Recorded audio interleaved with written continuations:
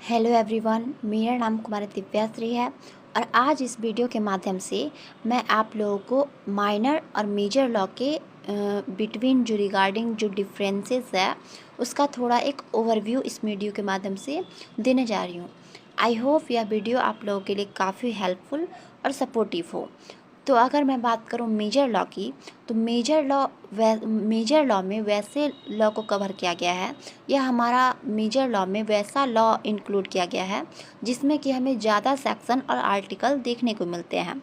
अगर मैं major law के विभिन्न सब्जेक्ट की बात करूं तो ये इस प्रकार हैं। जैसे हमारा TPA transfer of property law हुआ, इसमें हमारा टोटल 137 सेक्शन है। अगर मैं बात करूं सीपीसी की, सिविल प्रोसीजर कोड अर्थात सिविल प्रक्रिया संहिता की, तो इसमें टोटल 58 ऑर्डर और 151 सेक्शन है।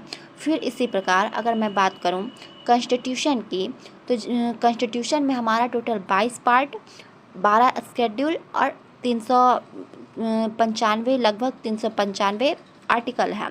फिर अगर मैं इसी प्रकार से अगर मैं अदर और भी माइनर मेजर लॉ की बात करूं, तो इसमें अभी हमारा वर्तमान का जो 3 न्यू क्रिमिनल लॉ है, जिसमें हमारा बीएनएस जिसमें टोटल 358 सेक्शन, बीएनएसएस अर्थात भारतीय नागरिक सुरक्षा संहिता जिसमें हमारा टोटल 531 सेक्शन है।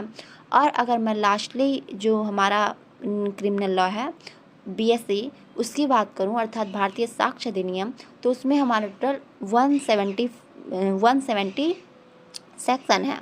तो ये सब सारे कुछ इम्पॉर्टेंट हमारे मेजर लॉ हुए, क्योंकि इसमें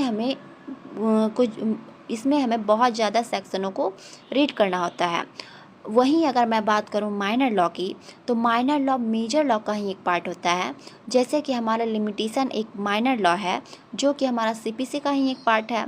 फिर अगर इसी प्रकार में बात करूं तो हमारा स्पेसिफिक रिलीफ एक्ट अर्थात एसआरए एक्ट जो है वो हमारा कॉन्ट्रैक्ट जो कि हमारा मेजर लॉ है उसी का एक पार्ट है।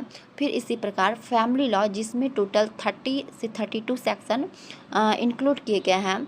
फिर इसी प्रकार हमारा माइनर लॉ में निम्न सब्जेक्ट इम्पॉर्टेंट है, जैसे हमारा पॉक्सो, जैसे हमारा जेजे एक्ट अर्थात जुवेनाइल जस्टिस एक्ट, फिर हमारा PCPNDT act, special marriage act. तो ये सब सारे इम्पॉर्टेंट हमारे कुछ माइनर लॉ हुए। तो आई होप आप लोगों को अब मेजर और माइनर लॉ के बीच जो डिफरेंसेस है वो यह इस वीडियो के माध्यम से उसको समझने में एक ओवरव्यू मिल सके। अभी के लिए धन्यवाद। अगर आप लोगों को यह वीडियो हेल्पफुल लगे तो प्लीज़ अपना कमेंट और लाइक करें।